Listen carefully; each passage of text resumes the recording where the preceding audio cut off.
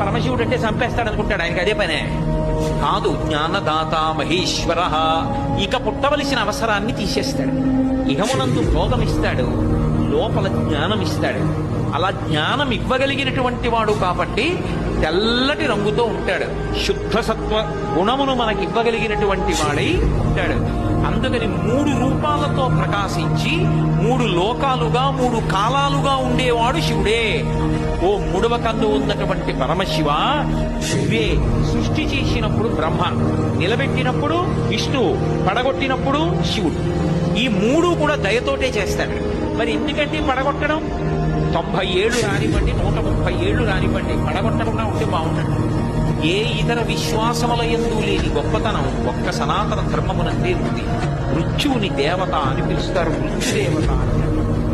భగవంతుడు అలా పడగొట్టలేదనుకోండి, జర్జరీభూతమైన శరీరంతో వృద్ధాప్యం వచ్చేసి ముడతలు పడిపోయి కళ్ళు కనపడక, చెవులు వినపడక, తినలేక, తింటే జీర్ణం కాక మంచాన పడి ఎన్నాళ్ళు